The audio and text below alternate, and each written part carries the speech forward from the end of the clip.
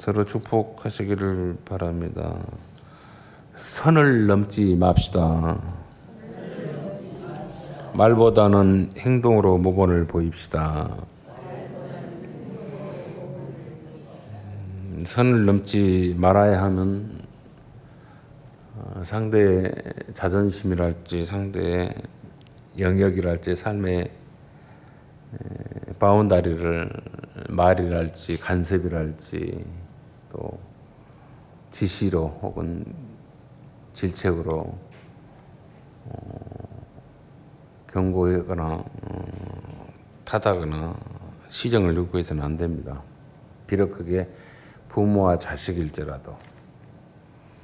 옛날 어른들은 뭐 유교의 간섭에 따라서 예를 중시해서 아이들에게 큰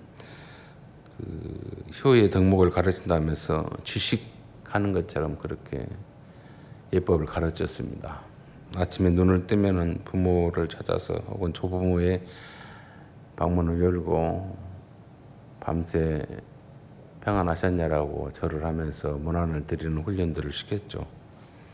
그렇게 훈련받았던 그 자녀들, 부모들 결코 인격적으로 그리고 자율적으로 큰 덕을 세우고 좋은 인품을 가져간 것은 아닙니다. 그 자체로서의 자기의 고급함을 자기의 멋스러움을 만족시켰지 실질적인 내면의 자유로운 영혼이 되지는 못했다는 것을 우리가 지나온 시절을 보면서 혹은 어른들의 그런 모습들을 보면서 알 수 있죠. 얘들을 또 각각 부모와 자녀들 혹은 부부 간에도 이웃 간에도 지킬 선이 있어야 됩니다. 말을 하고 싶고 지적하고 싶지만 또 탓하고 싶지만은 말을 해서 결국 좋은 결과를 얻지 못합니다. 말하고 싶으면 몸으로 보여주면 됩니다. 솔선수범해서 자기가 행동하면 됩니다. 나 하는 것 보고 그가 깨달으면 복 있는 것이고 못 깨달으면 또 많은 것이에요. 그래서 행동으로 말을 해야지 말로 지적하거나 또 지시하거나 경척해서는 안 됩니다. 어떤 일들을 보면 또 어떤 사건들을 보면은 어떤 시각에서 그 사건들을 혹은 일들을 해석하느냐 이해하느냐 따라서 그 결론이 달라집니다. 우스개 말이지만 실질적인 또 있었다는 이야기이기도 하죠. 아들을 군대를 보냈는데 이등병 다닐 때 부모님들 모셔서 그 훈련의 결과를 시연하는 그런 시연의 시간이 있습니다. 많은 그 훈련병들이 늠름한 모습으로 씩씩한 모습으로 앞에 인도자의 구령에 따라서 자양 좌우양우 앞으로가 뒤로 돌아가 이런 것을 하는데 유독이 그 행렬 속에서 한 명이 반대로 해버린 겁니다. 그랬더니 그 반대로 했던 그 사병의 어머니가 하는 말이 그래요. 다 틀리고 우리 아들만 맞다고. 자기의 관점에서 보면 맞는 거고 남의 시선을 볼 때는 틀린 거죠. 그래서 우리가 어떤 시각에서 어떤 위치에서 어떤 관점으로 정보를 받아들이고 또 그에 대해서 말을 하고 싶죠. 답을 내고 싶죠. 그런데 말보다는 답을 내기보다는 행동하면 됩니다. 행동으로 정보가 혹은 상황들이 내게 인식될 때 또 닥쳐질 때 행동으로 옳음의 행동이죠. 선의 행동이죠. 침묵의 행동이죠. 그걸로 우리가 공동체를 또 우리의 가정을 내 자신을 지켜 나가야 합니다. 그게 성숙한 사람들의 멋이죠. 오늘 왜 제가 이 말씀을 듣겠냐면은 한 주간 동안에 아주 그 정치적인 지도자 혹은 또 말쟁이들의 말로 인해서 정치나 혹은 사회적인 관심 있는 분들은 많은 시끌사끌하는 것을 들었을 것입니다. 자중질환이라고 하는 말이 있어요. 지기들끼리 걸고 넘어지고 짜부라지고 있는 상태가 지금 정치권에서 벌어지는 모습을 보면서 똑똑한 것도 헛똑똑이가 있구나. 많이 배워서 똑똑한 게 아닙니다. 정말 똑똑하고 지혜롭고 멋있어야 한다면 행동하면 돼요. 말하지 않고. 침묵하면 됩니다. 그런데 내 옳음, 내 똑똑함, 내 잘남, 내 배움을 상대를 깔아뭉기면서 상대를 지적하면서 말하는 때 받는 상처는 말할 수 없이 크죠. 그래서 목사인 저도 어떤 정보를 혹은 어떤 사건을 어떤 일들을 취합했을 때 들었을 때 침묵으로 기도하는 것이지 말해도 될 일이 아니라는 것을 목회의 경험을 통해서 또 살아보니까 그렇더라고요. 내 자식들도 내가 말해서 듣지 않는데 하물며 성도들에게 무슨 말을 한다고 해서 그가 변화를 받고 회개되냐? 아니죠. 저는 하나님의 말씀을, 주님의 말씀을 그분의 사역을 선포하고 이분이 이러한 일을 했던 저희가 의도가 무엇이다라고 하는 것을 알리는 걸로만 제 소임을 다해야 됐지 거기에 근거해서 이래라 저래라 할 위치는 아닌 것 같아요. 그래서 제가 오늘 본문에 보면은 세월을 아끼라 하니까 뭐 정한 시간 얼마 안 남았으니까 꼬쉽게 알차게 맛있게 살아라 이런 것인데 그게 아니에요. 하나님께서 내게 주시는 시간이 있고 환경이 있고 만나야 할 사람들의 사연들이 있고 그리고 기간이 있습니다. 그 속에서 내가 반드시 해야 할 일이 있고 하지 말아야 할 일이 있어요. 또 하고 싶은 일이 있습니다. 그래서 하고 싶은 일이 있는 것과 또 반드시 해야 할 일이 내게 있다라면 뭘 먼저 해야 할 것인가? 반드시 해야 할 일을 먼저 해야 됩니다. 그리고 나서 해야 할 일을 하고 나면 하고 싶은 일이 뒤따라와요. 근데 하고 싶은 일을 하다 보면 해야 할 일을 못 하는 경우가 많습니다. 여러분들은 해야 할 일이라고 하는 것이 뭐겠습니까? 자기 개인의 성숙을 위해서 온전함을 위해서 그리고 내면의 단단함을 위해서 기도하는 것이죠. 기도라 하니까 어떤 종교적인 유식을 말한 거 아니죠. 자기를 살필 수 있는 성찰입니다. 나는 나 자신의 성숙함을 위해서 영혼의 건강함을 위해서 얼마만큼 나를 바라볼 수 있는 안목이 있는가, 눈이 있는가, 밝음이 있는가 그것을 자기 안에서 찾아야 돼요. 예수님께서 마태복음에 보면은 그 눈이 밝으면 사물을 바르게 볼 수 있다라고 하는 비유의 말씀을 하는 부분이 나옵니다. 즉 눈이 등불이다 그래요. 눈이 밝으면 눈이 성하면 온전한 사물을 보고 온전한 사건들을 보고 온전한 시대의 변화를 보고 자기를 살필 수 있다 그래요. 그러니까 이 시대에 일어나는 일들, 상황들을 보면서 내 눈이 성하면 즉 내가 온전한 빛의 사람으로서 구분을 잘할 수 있는 성숙감이 있으면 그 정보를 통해서 또 지식을 통해서 받아들이는 사건들을 통해서 내가 어떤 위치에 서야 하는 것을 알 수가 있는 거예요.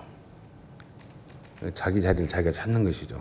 그 자리를 찾으려면 묵상을 깊이 해야 됩니다. 말을 하고 싶고 간섭하고 싶고 지시하고 싶고 체근하고 싶죠. 근데 아니에요.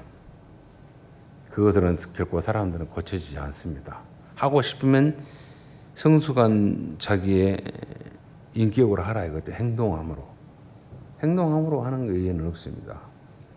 그 행동함으로 하게 하려면 기도해야 돼요. 묵상해야 돼요.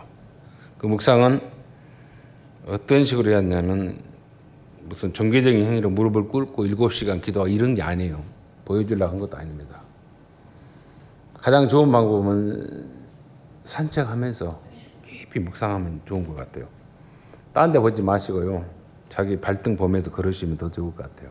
왜냐하면 다른 거 보면은 헛생각 나기도 하니까. 그래서 몸을 깨우면서 움직이면서 생각하는 거죠. 깊이 사유하는 거죠.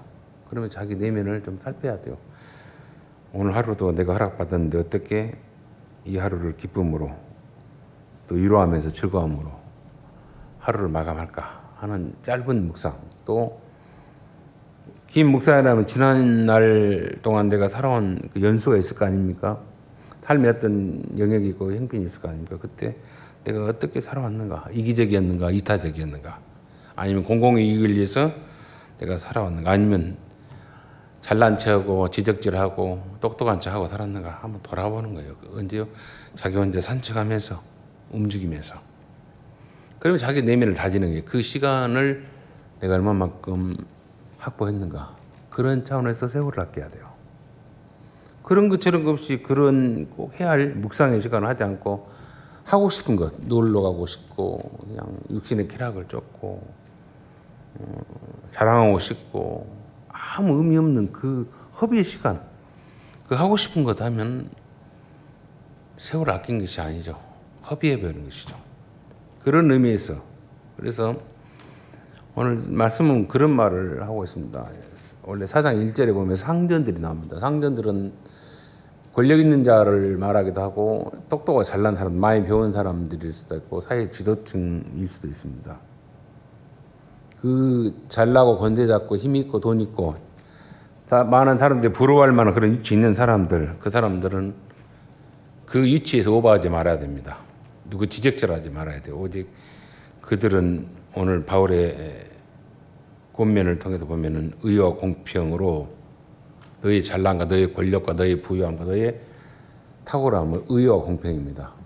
너를 포장하고 너를 드러내고 너를 자랑하지 말고 의와 공평으로 누구에게? 종들에게 지시하거나 학대하거나 지배하지 말고 베풀어라 그랬어요. 많이 배웠니? 좋은 학교 나왔니? 권력이 있냐? 돈이 있냐? 똑똑하냐? 잘났냐? 학식이 있냐? 베풀어라. 뭘로? 의로움으로, 공평함으로. 그래서 화해한다는 말은 있습니다. 화해한다는 말은 뭐겠습니까? 내가 너를 용서한다는 말이 아니에요. 그 내면에 깊이 속 저희를 보면은 화해한다는 말은 내 이익을 너에게 나눠주겠다는 뜻이에요. 내 가진 것을 너에게 주겠다는 뜻입니다. 근데 진정한 화해가 거기에 있어요.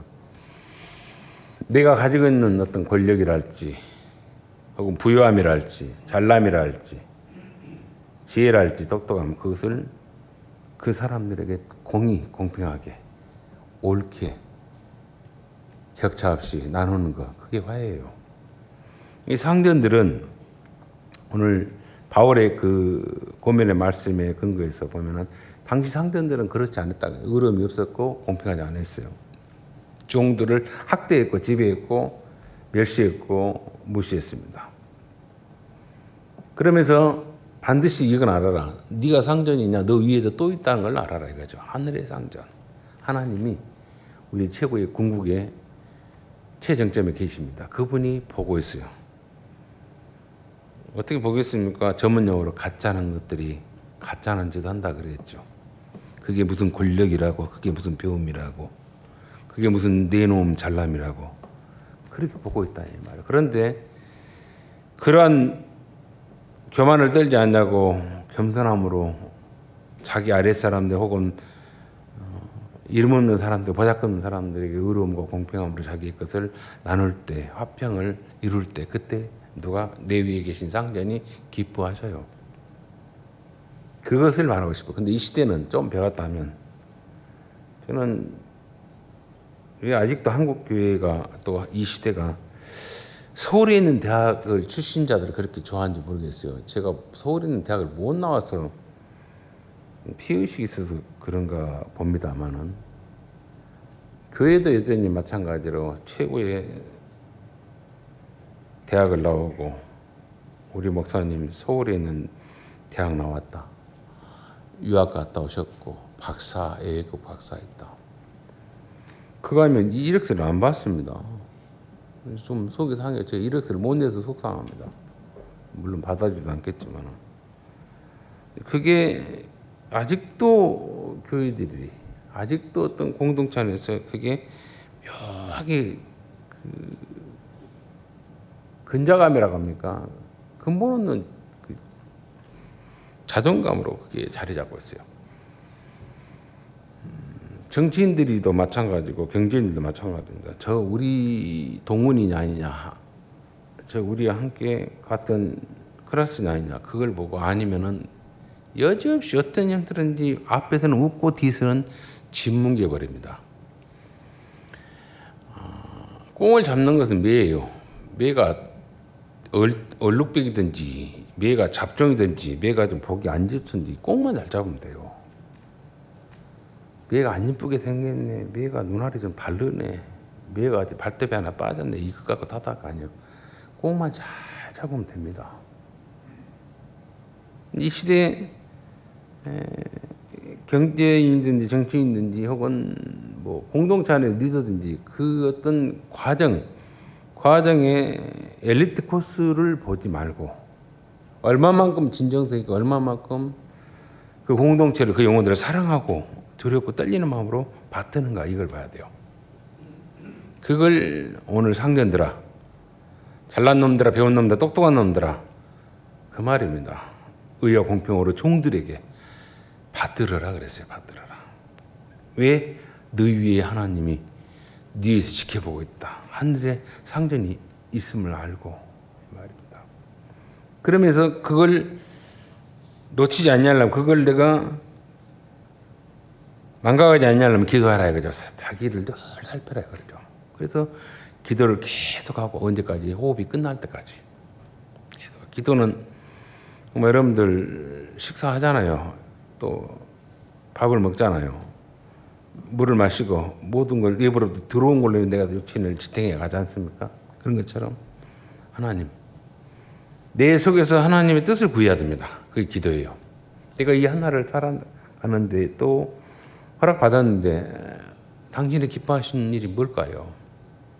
당신이 원하시는 일을 내가 어떻게 먼저 누리고 행해야 할까요? 그걸 부르셔야 돼요. 그게 기도하는 자의 기본 자세이고 또 공동체의 건강함을 위해서 성소감을 위해서 기도하는 거죠. 구하는 거죠. 구하는 거. 그게 오늘 사도 바울이 우리에게 가르친 겁니다. 사회생활 하든지 공동체 생활 하든지 가정생활 하든지 우리를 위하여 기도하라 그랬습니다. 누구를 위해서? 복음을 전하는 자들. 하나님의 아들 되신 예수 그리스도를 증언한 자들. 바울은 자기를 위해서 기도해. 자기가 자기 스스로 기도할 줄 모르겠습니까? 근데 누구에겐가는 돈을 구하지 않고 기도를 구했어요. 기도 좀 부탁드립니다. 나를 기억해 달라는 겁니다. 사람이 가장 서러운 건 뭐냐면 잊혀져 버린 것이 두려운 거예요. 나를 기억해 주십시오. 그래서 생각 속에서라도 나를 위해서 축복해 주시고 긍휼히 여겨달라는 간절함을 구해 주십시오. 누군가 나를 잊어버린다는 게 그것처럼 서러운 것이 없고 슬픈 게 없습니다. 하나님은 기억하고 계신데 그래서 바울은 감옥에 갇히면서 그렇게 말하잖아요. 나를 기억해 달라고. 나를 기억해 달라고. 그래서 여전히 그 감옥에서 그 갇힌 데서 그 서러운 곳에서 전도의 문을 그리스도의 비밀을 말하게 하는 그 일을 멈추지 않게 해달라고. 우리가 전도의 문이라 하고 그리스도의 비밀이라 하니까 뭐 찌라시 갖고 예수 믿으세요. 할머니께 오세요. 붕어빵 꺼놨으니까 먹고 우리 교회 오세요. 누가 붕어빵 먹고 교회 옵니까? 다 먹지. 그런 걸로 온 거 아니에요. 전도의 문이고 그리스도의 비밀이 뭐겠습니까? 예수가 누구란 것들 내가 내 성품을 알리는 겁니다. 삶 속에서. 그게 전도의 문을 여는 것이고 그리스도의 비밀을 그들에게 보여주는 것이에요.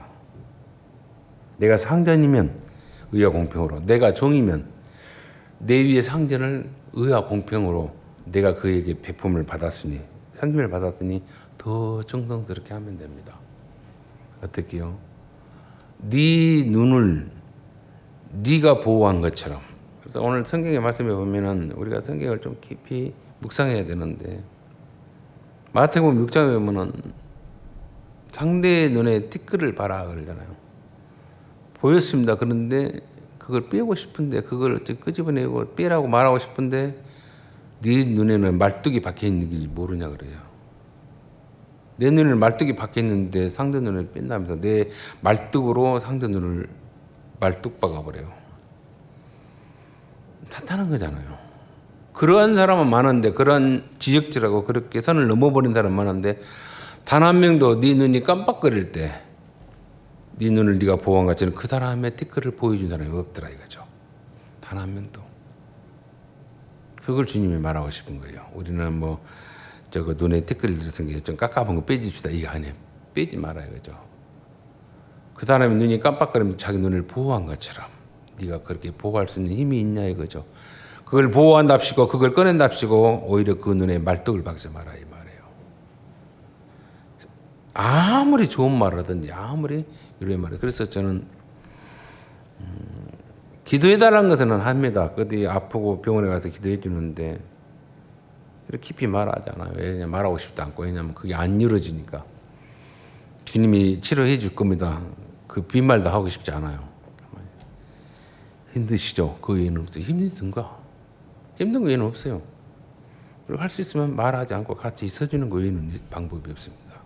왜냐면 외롭거든요. 알아요. 무슨 그 달콤한 말로 무슨 뭐 어떤 미사옥으로 또 아름다운 말로도 그 사람을 위로할 길이 없어요. 잠시 잠깐 진심으로 아파하고 안타까워하고 같이 침묵함으로 찾아봐 주는 것 외에는 더 다른 방법이 없습니다. 제가 예수님처럼 능력이 있어서 예수님처럼 어떤 초월적인 힘이 있어서 일어나라 나을지어다 뭐 이렇게 말하는 권세가 없어요. 그래서 말을 못하죠. 다만 침묵함으로 힘드시죠. 그냥 그 한 말은 없어요. 기도하면 나을 겁니다. 될 겁니다. 이런 말 하지 마세요. 성숙한 사람들이 그리고 진리 안에서 참된 멋스러운 사람들은요 상대 아픔에 대해서 내가 그럴 줄 알았어 그 말하고 싶죠. 하는 것 보니 그럴 것 같습니다. 이거 말하는 거 아니에요.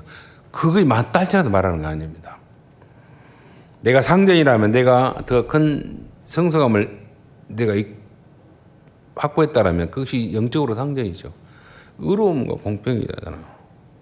합정. 내 것을 줄 수 있는 그런 마음의 여유는 뭘로? 기도함으로, 묵상함으로. 그런 시간을 내가 뺏기지 말아야 되지. 그것이 반드시 해야 할 일입니다. 근데 나는 늘 하고 싶은 것만 하고 다르다 보니까 세월이 허비됐던 것이죠. 성숙하지 못한 거죠. 그러다 보니까 어떤 일이 벌어집니까? 외인에게 대해서는 지혜로 행하여 세월을 아끼라. 외인에게. 나하고는 관계없습니다. 믿는 사람들, 믿지 않는 사람들을 말합니다. 믿지 않는 사람들. 그들에게 일상 속에서 살아가는 속에서 하는 말이 있고 어떤 행동들이 있습니다. 근데 그 영향력이죠. 믿지 않는 사람과 믿는 사람들의 삶은 분명히 달라야 되죠. 믿지 않는 사람은 막 살아도 돼요. 지기 욕망대로 욕심대로 쾌락대로 살아도 돼요. 기준이 없습니다. 왜? 내 돈 갖고 내가 쓰는데 왜? 내가 잘나서 내가 어떤 확보된 것이 있어서 내 욕망대로 쓰는데 뭐 어쩌다고 그래요. 근데 우리는 믿음의 사람들은 그렇지 않아요. 뭘 하나 하더라도 눈치가 맞아요. 조심들. 왜? 내가 이러한 일을 행했을 때, 이러한 것을 내가 샀을 때, 혹시 저 상대가 시험을 타거나, 혹은 저 상대가 불화하거나, 혹시 저 상대가 시기하면 어떨까? 이런 눈치도 봐줘야 돼요. 이런 눈치. 그게 믿음의 사람들이. 그래서 일상의 말의 영향력을 뭡니까? 외인들에게. 말이 아닙니다. 외인에 대해서는 지혜로 행하라 그랬는데 행하라 지혜로. 지혜로운 행동이 필요하다 그래요. 특히 말은 은혜롭고 소금처럼 늘 자기를 치는 거죠. 아이고 내게 주신 복이죠. 그 복을 나눌 수 있다면 나눌 수 있는 걸로 가는 거예요. 그게 지혜예요. 소금처럼 맛을 내야 한다는 표현이죠. 그래서 듣는 사람이 덕이 돼야 되고 상처가 없어야 돼요. 그걸 뭡니까? 잘하는 사람이 뭡니까? 세월을 아끼는 사람입니다. 그걸 잘하려면 뭐입니까? 반드시 해야 할 일을 해야 돼요. 하고 싶은 거 말고 해야 할 일 뭐겠습니까? 기도하는 것이고 묵상하는 거예요. 그리고 공부하셔야 돼요. 남 흉보고 남 뜯고 그것은 안 배워도 돼요. 묵상 안 해도 돼요. 우리는 본능적으로 뭡니까? 흉보고 뒷담 맞추고 그건 잘 나옵니다. 안 배워도 나와요. 그런데 그것이 나오는 것을 늘 자가를 물어야 돼요. 늘 묵상해야 됩니다. 하나님 왜 이렇게 내 혀가 이 방정을 뜬가 모르겠습니까? 이 말을 하지 않으면 미쳐버리게끔 마음이 옹졸한지 모르겠습니다. 이걸 자기를 봐야 돼요. 그것이 뭘로 봐야 됩니까? 묵상으로 봐야 돼요. 기도로 봐야 됩니다. 그것은 뭡니까? 반드시 해야 할 자기 성찰이에요. 그걸 할 때 다른 사람들과 함께 하고 싶은 일이 있어요. 그 사람들 위해서 덕을 지우고 그 사람들 위해서 은혜로운 말을 주고 서로 소금을 치는 거죠. 겸손하게 만드는 것이죠. 그런 적절한 표현하는 것, 행동하는 것, 태도를 말하죠. 그러면서 이런 표현을 또 하고 있습니다. 무슨 말을 합니까? 너희 말을 항상 은혜 가운데서 소금으로 맛들린 것 같이 하라. 그러면 각 사람에게 마땅히 각각 형편이 있고 수준이 있고 상황이 있습니다. 잘난 놈 있고 못난 놈 있고 똑똑하고 안 똑똑하고 집안 좋고 안 좋고 여러 찔이 있어요. 각 사람에게 마땅히 대답할 것이 자기소개에서 나옵니다. 획일적으로 일관되게 말하잖아요. 그 사람 형편에 따라서 그 사람 위치에 따라서 그 사람의 상황에 따라서 역지사지로 그것은 지혜로움 속에서 나온 거예요.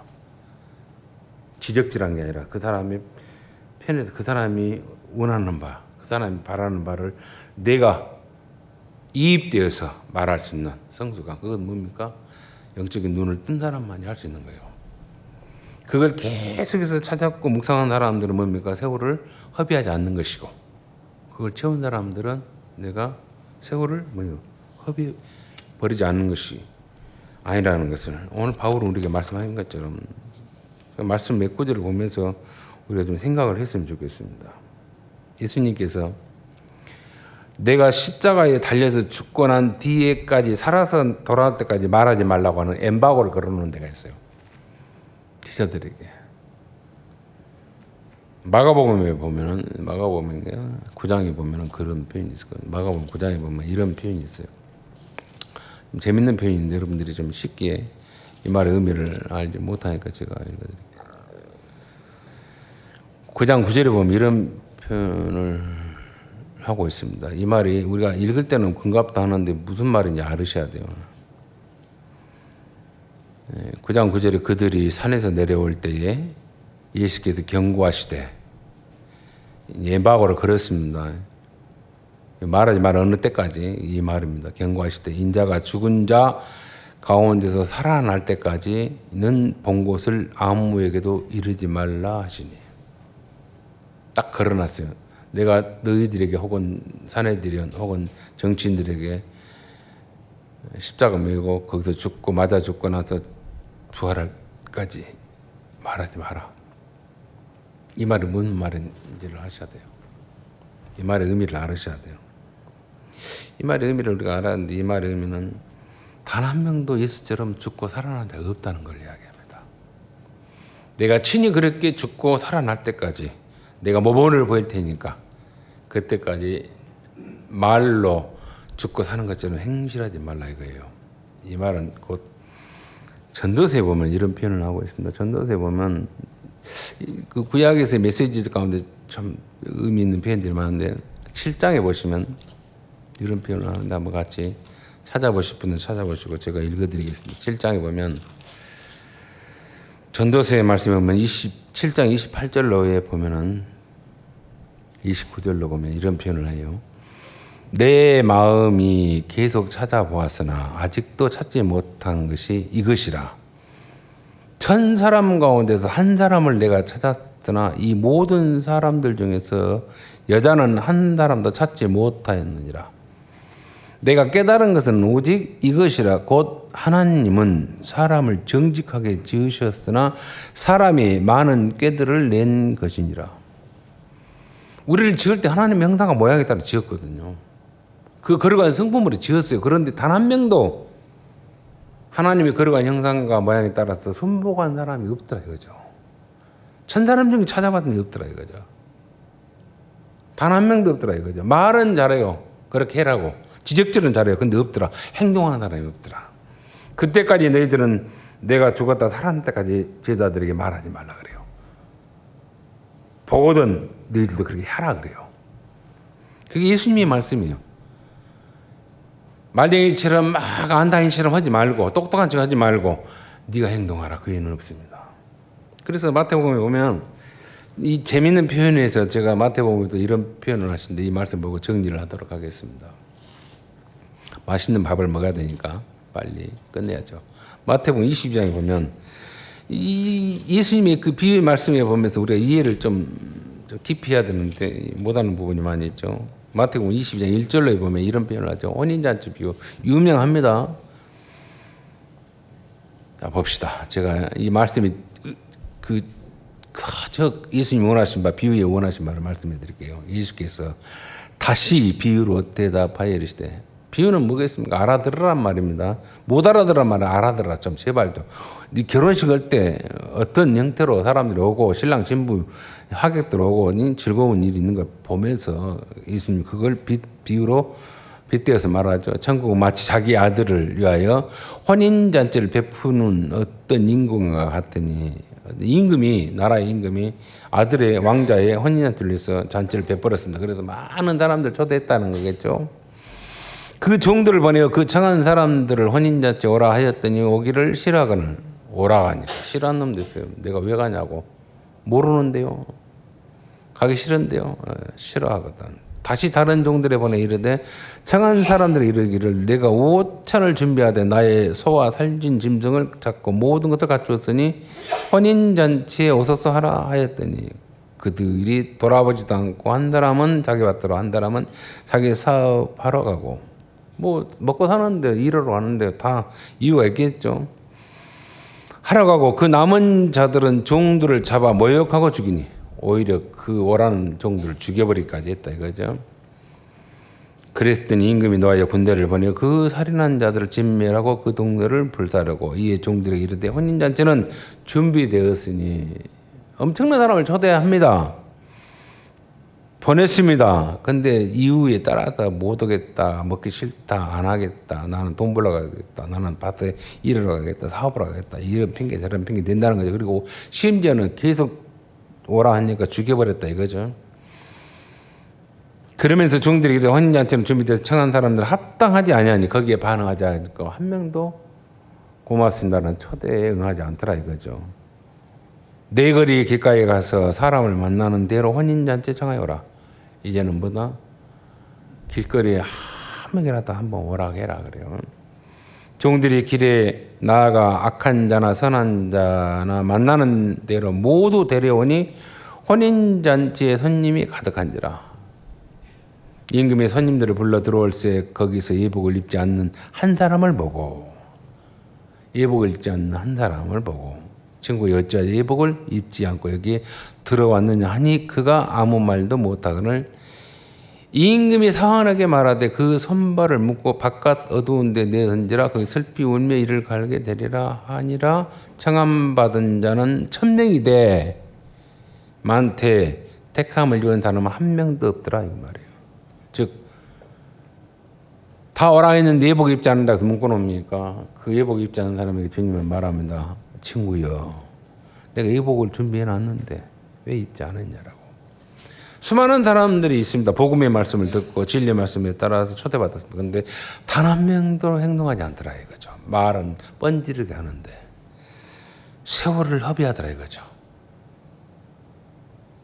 바울도 마찬가지고 주님도 마찬가지입니다.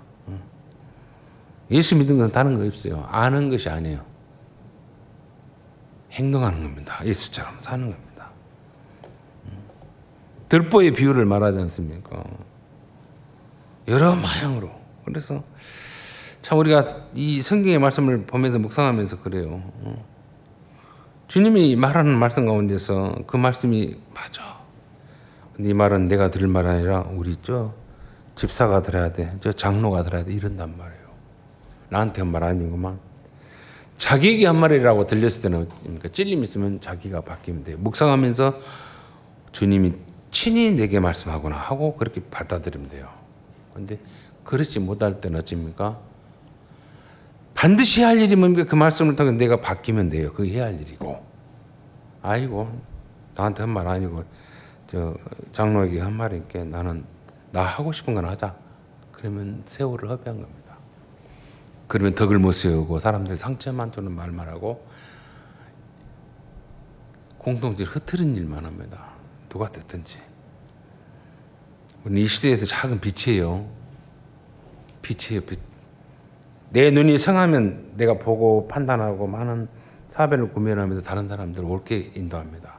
나는 그 빛이라 그랬어요.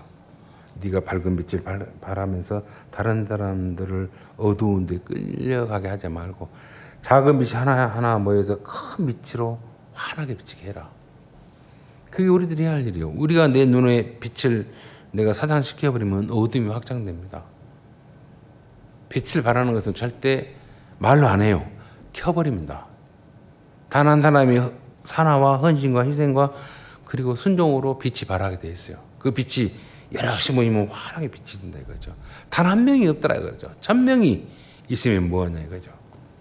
주님이 하신 말씀이 그 얘기. 오늘 또 바울이 하는 말이 그겁니다. 상대는 많고 배운 사람 많고 똑똑한 사람 많고 그런데 어느 하나 자기를 묵상하면서 자기를 성찰하면서 자기를 돌아보면서 지적질은 하고 고통은 주고 패는 갈릴지라도 한 사람이라 덕을 세우고 한 사람은 은혜롭고 소금을 치면서 서로 소금 치면서 일상의 삶을 빛의 삶을 평의 삶을 제공하는 사람이 없더라.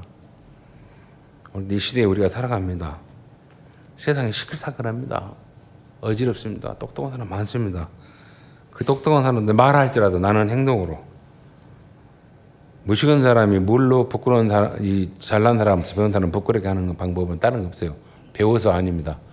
행동으로 순종해 버리고 비굴함으로 굴종하는 게 아니에요. 기쁨으로 내가 내 직무를 감당하면 돼요. 당신이 회장이고 당신이 권세자일지라도 내가 기쁨으로 의로움으로 평안함으로 그 일을 받아들이면 돼요. 내게 주신 직분이 이 위치라면. 그런 것처럼 결코 이 세상에 최고가 없습니다. 다 하나님 앞에서 보잘것없는 것들이 잠시 맡기는 분복들이고 그 속에서 내가 얼마만큼 덕을 세우고 은혜를 끼쳤으며 의와 공평을 나눴는가 그 일을 하려면 뭐겠어요? 반드시 기도하십시오. 자기를 성찰하세요. 묵상하세요. 그러면서 내 내면의 사람을 키워가셔야 돼요. 주님이 말씀합니다. 내가 죽었다 부활한 이후에 살아날 때까지 말하지 말아라. 즉 너희들도 그와 같이 죽고 사는 삶을 살아야만이 그 삶으로 그 죽고 부활하는 삶으로 빛의 역할을 하라 이거죠. 말로 하지 말고. 이것이 그리스도의 비밀을 알려주는 것이에요. 갈라디아서 2장 2절 20절 보고 오늘 말씀 마치도록 합니다. 갈라디아서 2장 20절 보면 바울이 이렇게 아주 천철살인을 말씀합니다. 그 입 다물라 하고 말하죠. 갈라디아서 2장 20절에 보면 유명한 말씀이죠. 제가 읽어드리겠습니다. 내가 그리스도와 함께 십자가에 못 박혔나니 똑똑가 잘난 바울이었습니다. 나는 8일 만에 할례 받았고 베냐민 집하고 히브리인이고 배웠고 로마 시민권 갖고 있고 자랑스러운 게 너무 많다야 그러죠. 그런데 그리스도와 함께 십자가에 못 박겠다 행동했습니다. 그런지 이제는 내가 산 것이 아니고 오직 내 안에서 그리스도께서 사신 것이라. 이제 내가 육체 가운데 사는 것은 나를 사랑하사 나를 위하여 자기 자신을 버리신 하나님의 아들을 믿는 믿음 안에서 사는 것이다. 믿는 믿음. 오직 그가 그의 기뻐하심이 그의 원하심이 드러나는 일에 내가 나를 던지겠다 그래요. 말로 하지 않겠다. 사는 것이라. 사는 것은 행동하는 겁니다. 이 행동함으로 단 한 명이 행동하는 사람, 단 한 명이 순종하는 사람, 이 사람으로 해서 그 사회가 변화됩니다. 그 가정이 변화되고 공동체가 변화됩니다. 오늘 주님이 우리에게 말씀합니다. 하고 싶은 건 많지 그러나 반드시 해야 할 일을 먼저 하라. 반드시 해야 할 일을 먼저 하는 것은 기도하는 것이고 말씀 깊이 근거해서 묵상하면서 행동하는 겁니다. 그러다 보면 내게 주시는 시간이 정말 많이 채워질 거예요. 너로 인해서 그 사람이 참된 믿음의 사람의 그 도리를 받고 실체를 봤다라고 하는 증언을 할 것이다. 그런 증인으로서 그런 실제의 사람으로서 하나님의 사람으로서 남은 생을 채워가는 저와 여러분의 신앙과 믿음이 되기를 주 이름으로 축원을 드립니다. 자비로우신 우리 아버지 은혜 감사합니다. 우리는 말을 잘합니다. 지적질 잘합니다. 흉도 잘 봅니다. 이건 배워서도 아닙니다. 본성이 그렇습니다. 그러한 우리에게 주님 재갈을 물려주시고 내가 좀 배웠다면 내가 좀 가졌다면 또 우리 집안이 혹시라도 좀 더 나았다라면 그게 무슨 자랑이라고 그게 무슨 내놓을 것이라고 우리는 그걸 의시됩니다. 우리 위에는 하늘의 상전이 있고 이 모든 걸 주어졌던 하나님 있고 지배자가 계십니다. 그분 앞에 겸손하게 해주시고 넙죽 엎드려서 오직 내가 이 부족한 것, 하나님의 그 거룩함과 형상을 찾지 못하고 채우지 못한 것에 대해서 내 허송세월하지 않게 하시고, 나 욕망에 따라서 하고 싶은 것을 하다가 반드시 해야 할 기도와 묵상과 거룩한 성숙을 놓쳐버리는 일이 없도록 도우시며, 내가 큰 성숙을 이루었을 때 내 영혼이 살찐 것뿐만 아니라 나로 인해서 많은 사람들이 은혜의 말로 서로 소금을 찌면서 기쁨의 덕을 세워가는 사실을 내가 놓치고 있습니다. 주님, 오늘 이후이라도 깊은 묵상을 통해서 나를 성찰하면서 주님이 죽었다 살아나셨던 것을 입을 다물라, 내가 그렇게 너희들에게 나타날 때까지 너희들은 말로 하지 않냐고 나처럼 행동으로 나를 증언하라고 하셨던 것처럼, 주님, 이제는 부활하신 예수님을 다시 오실 때까지 기다리는 우리로서 이 세상 살아가는 날 동안 참된 빛의 사람으로,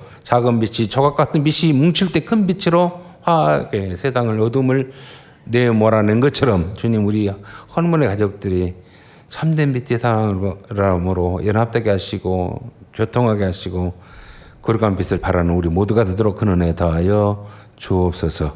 모든 것 주님 것하고 예수님 이름으로 기도하옵나이다. 아멘.